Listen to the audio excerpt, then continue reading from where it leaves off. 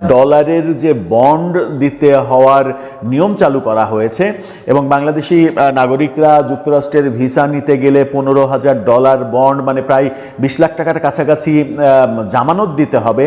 এই ভয়াবহ নিয়ম যখন বাংলাদেশের উপরে চাপিয়ে দিয়েছে যুক্তরাষ্ট্র, তখন মনে হচ্ছিল যে এটাই বোধহয় সর্বোচ্চ চাপ দেয়া।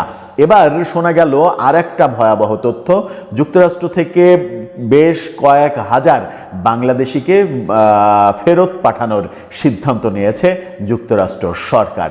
আদতে হচ্ছেটা কি? যুক্তরাষ্ট্রের সঙ্গে আমরা কি কোনোভাবেই সম্পর্ক তৈরি করতে পারছি না, কিংবা ডোনাল্ড ট্রাম্প প্রশাসনের সঙ্গে প্রফেসর ইউনূস প্রশাসনের কোনোভাবেই কি ব্যাটে বলে মিলছে না? যে আশাটা পূরণ হতো হয়তো জো বাইডেন সরকার কিংবা তার দলের নির্বাচিত প্রেসিডেন্ট যদি হতেন, তাহলে যে আশাটা পূর্ণ হওয়ার সম্ভাবনা ছিল সেই আশাটাকে একেবারেই মাটির সঙ্গে মিশে গেছে ডোনাল্ড ট্রাম্প ক্ষমতায় আসার পরে। কি হচ্ছে ওখানে? এদিকে আমাদের নিরাপত্তা উপদেষ্টা যুক্তরাষ্ট্রে গেছেন এই ব্যাপারে এক ধরনের দুতিয়ালি করতে, কিন্তু সেখানেও বারবার প্রশ্ন জাগে যে পররাষ্ট্র উপদেষ্টার কাজ কেন নিরাপত্তা উপদেষ্টাকে দিয়ে করা হচ্ছে? তাহলে পররাষ্ট্র উপদেষ্টার কাজ কি? তাকে রাখারই বা দরকার কি? এরকম নানা প্রশ্ন সামনে আসছে। কি বলছে নতুন করে যুক্তরাষ্ট্র? কেন বাংলাদেশিদের তারা ফেরত পাঠাতে চায় গণহারে অন্তত 5,000-এর বেশি? চলুন একটু জেনে দেখি এই ভিডিওতে। থাকবেন পলিটিক্স টিভির নিয়মিত আয়োজনে।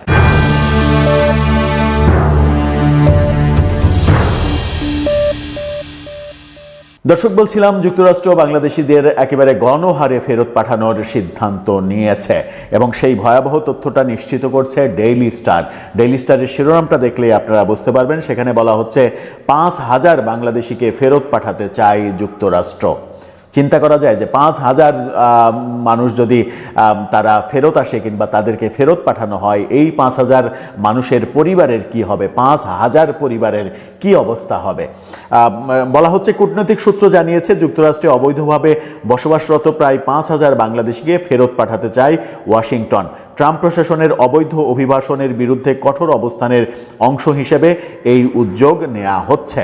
এছাড়া যুক্তরাষ্ট্র চায় বাংলাদেশ যেন মার্কিন পণ্য আমদানি বাড়ায় এবং দুই দেশের বাণিজ্য ঘাটতি কমায়। তার মানে হচ্ছে যে প্রফেসর ইউনূস সরকারের ওপরে তারা কোনোভাবেই খুশি না, মানে সন্তুষ্ট না।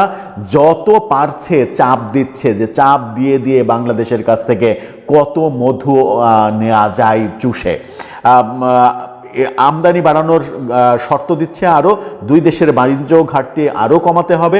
2025 সালের শুরুতে ট্রাম্প প্রশাসনের দায়িত্ব নেওয়ার পর বিষয়টি তাদের অগ্রাধিকারের তালিকায় আছে। এর মধ্যেই আমরা দেখেছি যে যুক্তরাষ্ট্র থেকে আমরা বেশি দামে গম কিনছি, বেশি দামে তুলা কিনছি, মানে ব্যাপারটা একেবারে যাচ্ছে তাই ব্যাপার হয়ে যাচ্ছে। অযথা প্রয়োজন না থাকলেও বোয়িং কেনার 25-30টা বোয়িং কেনার সিদ্ধান্ত নিচ্ছি, চুক্তি করছি। ব্যাপারগুলো আমাদের জন্য মানে গোদের ওপরে বিষ ফোড়া হয়ে দাঁড়াচ্ছে বোধহয়। সূত্রগুলো বলছে বাংলাদেশের জাতীয় নিরাপত্তা উপদেষ্টা খলিলুর রহমান 5 দিনের ওয়াশিংটন সফরে এসব বিষয়ের আলোচনা করার জন্যই তিনি গেছেন। তিনি ওয়াশিংটন সফরে গেছেন, বুধবারে তিনি আমেরিকা উড়ে গেছেন, কিন্তু পররাষ্ট্র উপদেষ্টা গিয়েছেন কিনা জানি না। এই দুতিয়ালিগুলো নিরাপত্তা উপদেষ্টা ডক্টর খলিলুর রহমানকে দিয়ে করানো হচ্ছে। ইতিমধ্যেই বুধবার ওয়াশিংটনে পৌঁছেছেন তিনি। গতকাল যুক্তরাষ্ট্রের রাজনৈতিক বিষয়ক under secretary of state Alison হুকারের সঙ্গে বৈঠক করার কথা ছিল। বৈঠকে দক্ষিণ ও মধ্য এশিয়া বিষয়ক মার্কিন সহকারী পররাষ্ট্রমন্ত্রী পল কাপুরেরও যোগ দেওয়ার কথা ছিল।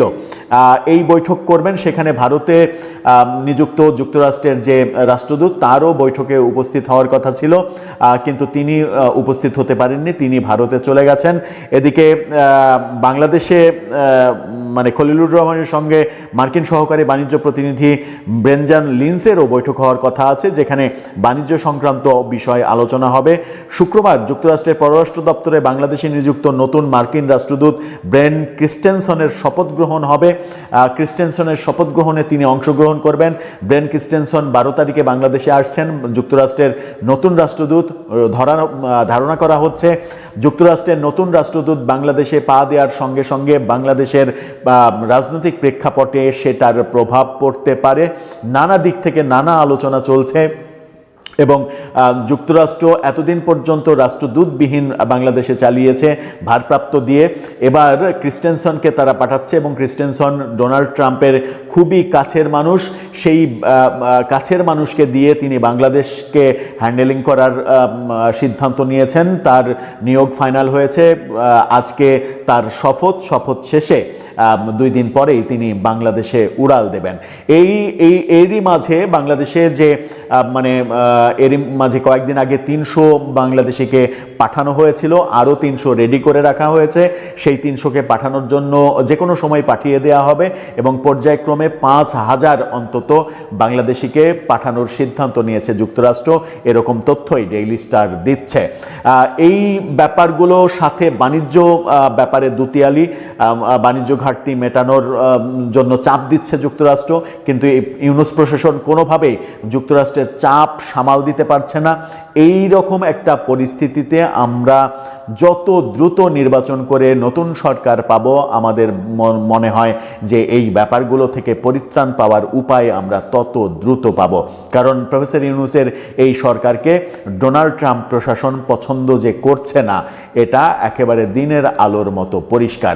পরবর্তী নির্বাচিত সরকার, সেই সরকার যেই হোক, সেটা বিএনপি জোটের সরকার হোক, জামাত জোটের সরকার হোক, নির্বাচিত একটা সরকার আসলে তারা যখন 5 বছরের জন্য থিতু হয়ে থাকে, তখন তাদের কিন্তু অনেক কিছু সিদ্ধান্ত নিতে সুবিধা হয়, যেটা অন্তর্বর্তীকালীন সরকার। আবার ডোনাল্ড ট্রাম্পের সঙ্গে প্রফেসর ইউনূসের ব্যক্তিগত সম্পর্কও ভালো না। হিলারি ক্লিন্টনের সঙ্গে প্রফেসর ইউনূসের বন্ধুত্বের কারণে সেই সম্পর্ক যে খারাপ, এটা আমরা বহুদিন থেকেই আলোচনায় দেখছি।